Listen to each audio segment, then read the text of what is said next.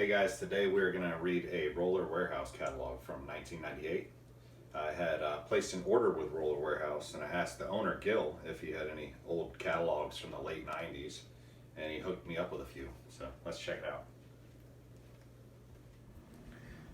Okay guys, so first and foremost, I just want to say if I'm a little bit inaccurate in some of my statements about the hardware or any of the clothing in this magazine, I hadn't actually started skating until February '99.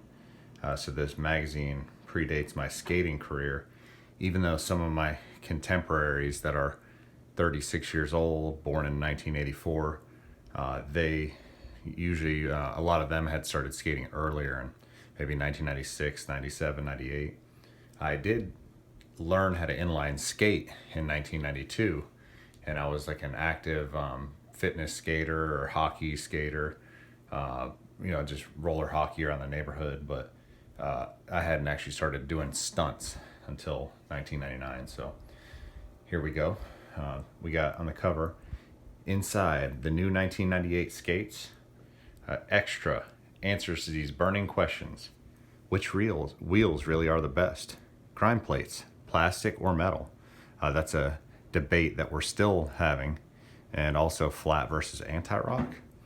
If Homie and Gil T got in a fight with Beavis and Butthead, who would win? Now, Gil T is the owner of Roller Warehouse. Homie, I don't know if he was ever actually based on a real person, but that's sort of the Roller Warehouse unofficial mascot at the time. Let's check this out. Okay, here we have some information on how to order. I have their street address at the time. I don't know if that's still accurate, but I do know they're in the same city still, Rockland, California. Their website, which was pretty rare at the time, pretty progressive to have a website.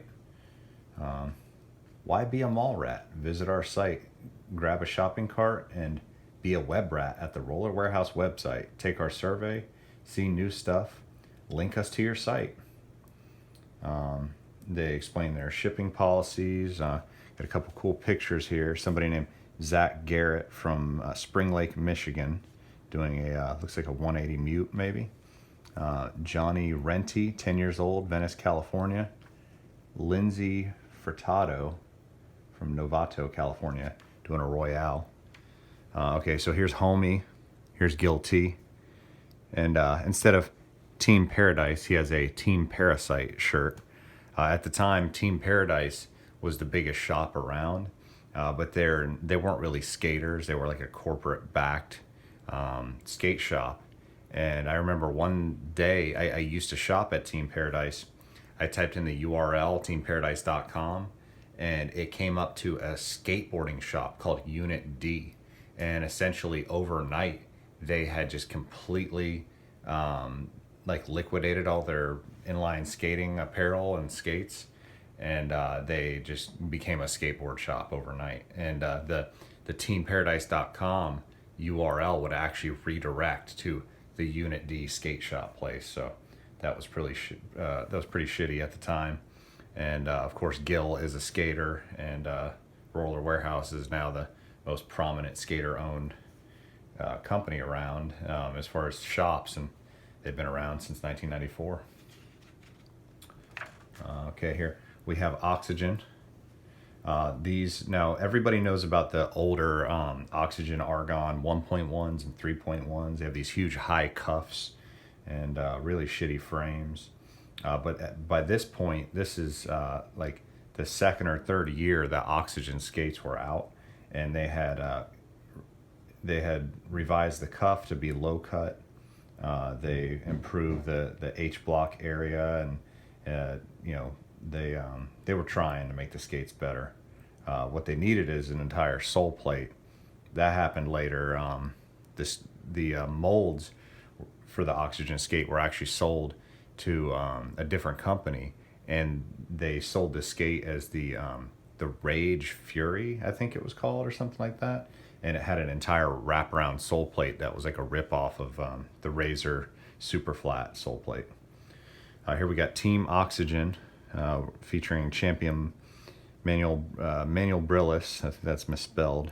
TJ Weber, Eric Burke, John Ortiz, Corey Nelson, Ben Jagger, Scott Bentley, Dean Jagger, Tasha Hodgson, and Mateo. It looks like you can get a Team Oxygen video for only $15. I don't know if that video actually existed. I'm sure they intended on releasing it, but I can't recall ever seeing an Oxygen video. But I could be wrong. Here we got the Roces page. We have the original release of the Fifth Element in burgundy. That was the first ever aggressive skate that I ever owned. Then we have the forest green low cut M12. That was the first aggressive skate I ever bought brand new. I got them for my 15th birthday, and that was also the first aggressive skate that I owned, that was brand new. We have some Roces lifestyle shoes off to the side. We have, and here they have their team: Jean-Jean Chanette, Tom Fry, Renee Holgren, Eton Kramer, Cesar Mora, Mike Scott, Claudia Trashel, and Trashel, and Tim Ward. Over here we have the Big Cat SAS off-road skates. I had a pair of those briefly, and they skate really crappy. They're nothing compared to the Rollerblade Coyote. We have all the Roces lifestyle clothing, shoes, flip-flops. These shoes were not grind shoes, even though it looks like there could be a grind plate there, but they are not. They're just lifestyle shoes. As you can see also, we've had like over 20 years of, let me adjust the camera here. We've had over 20 years of inflation since this catalog came out, but the skates are the same price. So even though a middle-class family in the 90s was maybe making 30 grand a year, and they're having to take $239 out of their paycheck to pay for a pair of skates, now normal middle-class family makes 50 to 60 grand a year, and the skate prices are the same or lower. And so you can just imagine the profit margins that these guys used to make at the time. We have the Razor Flat, which actually has a slightly different sole plate. You can't see it because it's real dark, but it has a slightly different sole plate than the later Super Flat that came out next year. They hadn't quite perfected the removable backside plate. It was the smaller one that didn't quite skate as good. You have the Impact 300, which is essentially the same boot as the Flat, but it just has the little heel wing. And Impact 300. All these skates were really good. They were innovative at the time because of the frame itself, the chassis.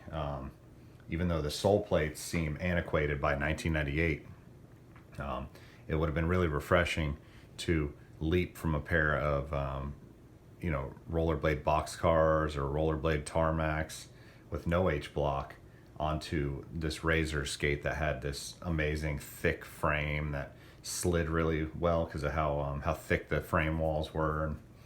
And when your frame is flexible, it doesn't slide as good. Now we have Out, which was a distributor. Eventually they were the ones that distributed remedies for Kato, but at this point they had their own skate, and it's probably the ugliest skate ever made. Right here, the Out. Does it have the name on it? I believe these were called the Poppies, even though that's not. Okay, the Bloomer and the Static 2. I've always known these to be the Poppies, so maybe they changed the name at some point. Now it looks like Ryan Jacklone was actually skating for these guys, and so we have a Ryan Jacklone frame. Never heard of Jason Schenk. Okay, now we have a company called Midcoast that actually sold rails and shipped them to you. It's a pretty good price at it looks like $150, but I don't know how much the shipping would cost. Here we go. We got Gil at the bottom saying, "Open a skate park in my neighborhood. What are you on? Rails and picket fences don't mix too good."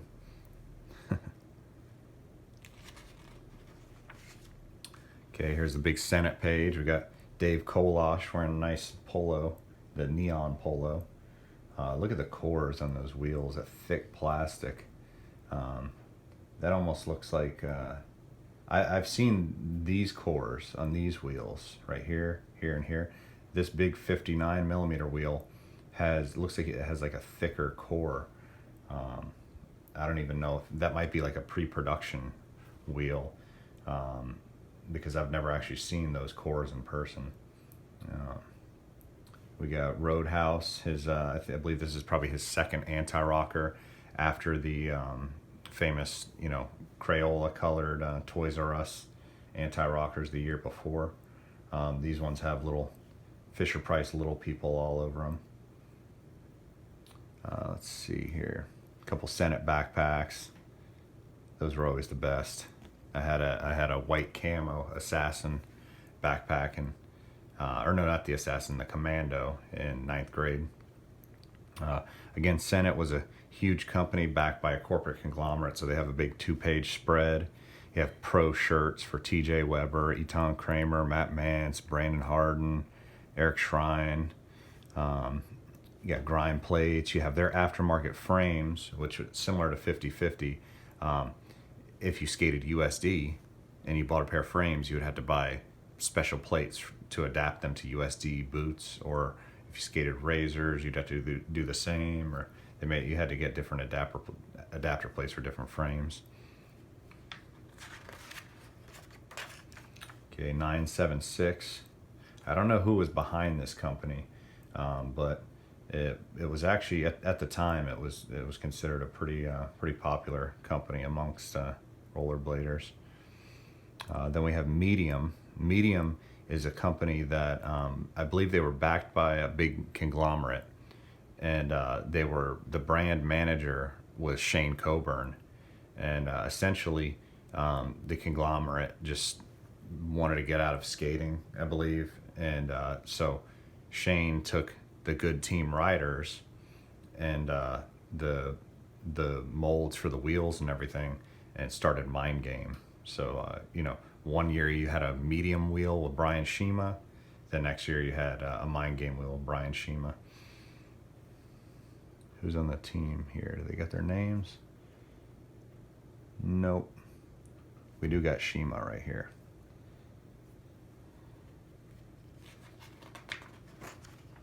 Feel free to pause the video at any time if you guys need to, if I'm missing something and there's something that you need to look at. This is a pretty interesting catalog. Here we got Birth. I think that was a company that Chris Edwards started. Yeah. Right here you had the Edwards T. Was Mighty Mouse with a pair of skates. That's actually pretty cool. Then we have Rise Above. Rise Above, again, that was a really stylish company. If you didn't wear Senate, you would wear Rise Above or 976, or at least that's how things were here in Florida in my scene. I'm sure out west, people were wearing like England clothing and stuff like that.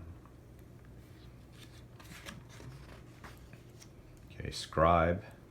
They were really famous for making a lot of innovative and colorful, wacky different grind plates, as you can see to the side here. Cornbread, that is actually the pro grind plate for a female skater called Katie Brown.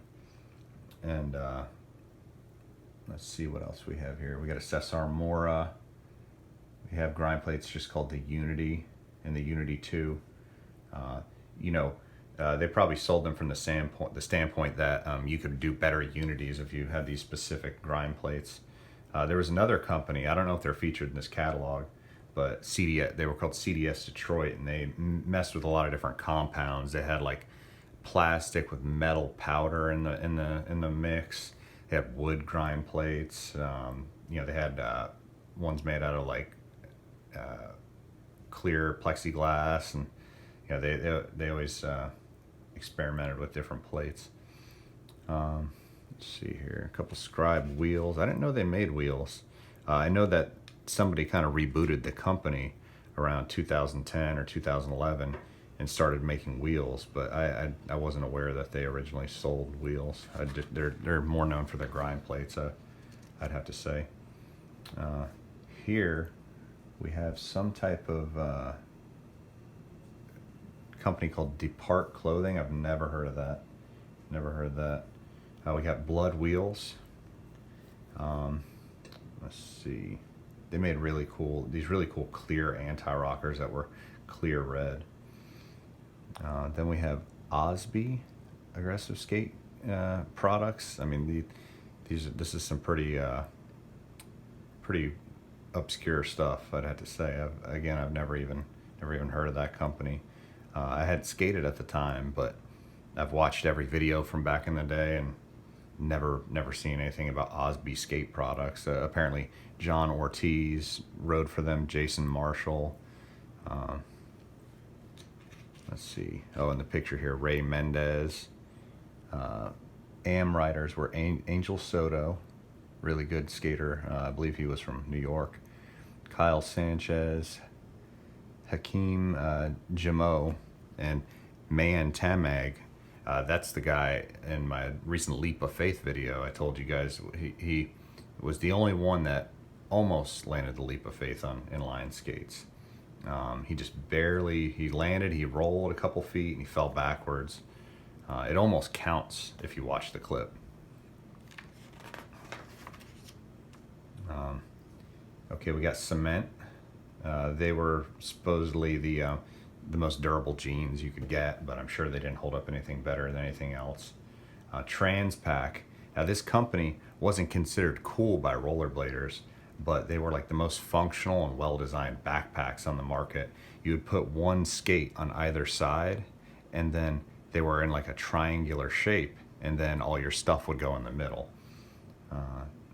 We have a nice bucket hat. Bucket hats are back in style, in case you guys aren't aware. I have a middle schooler. We have Harbinger pads. They're some of the best pads from back in the day. Again, they weren't exclusive to rollerblading, so there was a lot of research and development money funneled into that company, and from different industries, BMX and skateboarding. Heavy Urethane, that was the company that Chris Edwards rode for. I don't see his name on this list, so he may have not been sponsored by them at that point yet. But later he did ride for Heavy. I remember he had a 59 millimeter wheel. Okay, Third World Revolution. Never heard of them. Cool wheel designs though. Black Panthers, Shane Saviors. He has like a drunk clown. Looks like some bees. Good graphic design. Let's see here. Hardline is another clothing brand. I guess they were going for the West Coast gangster thing. We got 40 ounces. We got a shirt called Pimp All Star. Bob Marley. Most skaters were so white boy at the time that I'm sure there was a lot of people that were looking for something with like a more urban appeal instead of the punk rock aesthetic.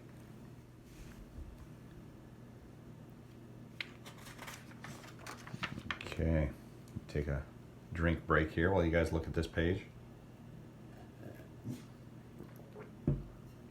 I apologize in advance if my dog barks in the background. Okay, so we're getting to the back of the catalog now. We have our videos, video section. Oh, also before that here we got some ski boards.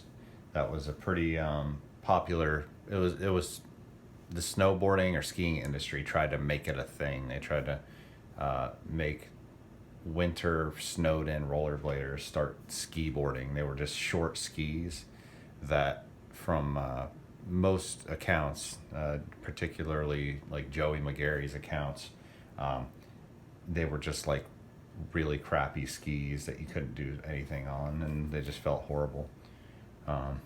We have Kryptonics wheels. Kryptonics was, again, a company that wasn't considered cool, but their wheels were so good. Everybody thinks in 2020 that we're fighting for equality for women and minorities and stuff like that. But I mean, as you can see all through this catalog, you know, here right here we have Don Everett's Pro Wheel. You know, we've been progressive for a long time, or at least the rollerblading community has been. Now, here we have our videos. I have not seen T-Bone Films' Christmas release, 1997. Looks like it was called Nasty Habits. I've never seen Lost Cities. Now, Quest 2, The Unholy, that's a really cool video. If I don't know, I may be confusing Quest 1 and Quest 2, but on one of the Quest videos, it starts out with the coolest little edit, like intro edit of all time, with a skater wearing like a burgundy disco suit and a afro wig, and they're doing like disco skating all around a skate park.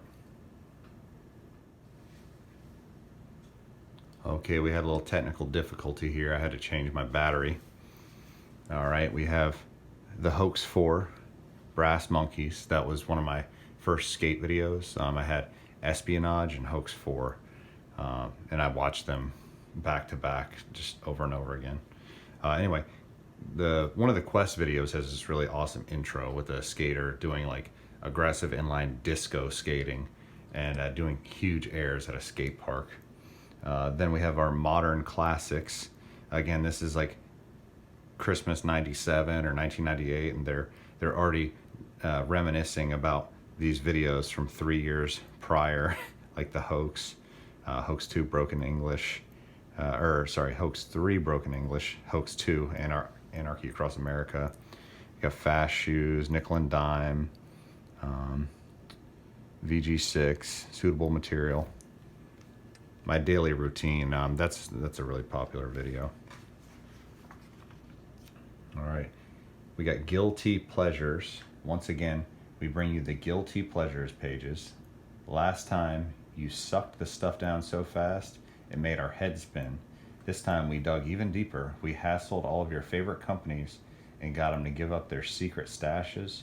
All items are new, no seconds, blemishes, irregulars, or defects. This is just their closeout section. We have the older model of the M12, and as you can see, they're pictured with the optional sole plate. I actually had a pair of those sole plates; they were pretty cool.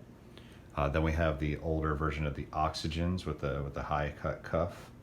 We have Sabotage skates, the Sabotage ST, not the one that was famously reused for them skates. I have the Bauer Shifty. I thought those were called the Soul Slide until I read the description there. We got a couple of last year's wheels, last year's t-shirts, hats, older videos like Damaged Goods. We got Rhythm and Blues. That's actually a video that I uploaded on my channel. Mr. Moose Knuckle. Got Team Roces. That's a pretty rare video actually. Then we have a couple recreational skates.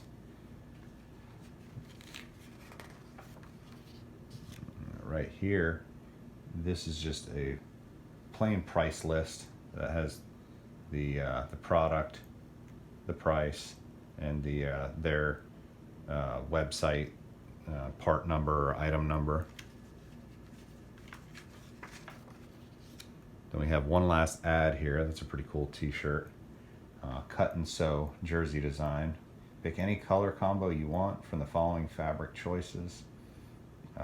And you know, you have the cool logo in the middle, the tombstone and the skull. These are all the different, the other types of logos they have here: Jokers, Grinders, Devil Dogs. We got hockey pants. Here's our order form where you could actually fill out the quantity, the color, the name and item number, the price, and you could actually write down your card number or send a money order and mail that to Roller Warehouse if you didn't have a way of ordering over the phone, or you didn't have a way of paying over the phone. Okay, here we got a couple pictures on the back. Again, John Poole, 18 years old, from Moscow, Russia. You got Danny Johnson from somewhere, and a couple T-shirts, talks about the different shipping options, and another shot of Gil on the back here. Anyway, that is our 1998 Roller Warehouse catalog. This is a video I've been wanting to do for a long time. I follow a YouTuber named Classic Gaming Quarterly. His name's Chris, and he does read-throughs of classic Nintendo Power magazines and Game Pro. And this is something I've been wanting to do here on this channel for like 2 years, but I've just been too lazy to set up the camera. Anyway, I hope you guys enjoyed this. Don't forget, we have our 50/50 frame giveaway going. As soon as we hit 1,000 subscribers, we're going to give away a pair of gently used 50/50 frames, wheels, anti-rockers, juice blocks, and it's open to all subscribers. You just do your best to spread the word about the channel. And I don't have social media, so if you ever feel like posting any of my videos on Facebook or Instagram or wherever, that'll help me out a lot. Have a good one, guys.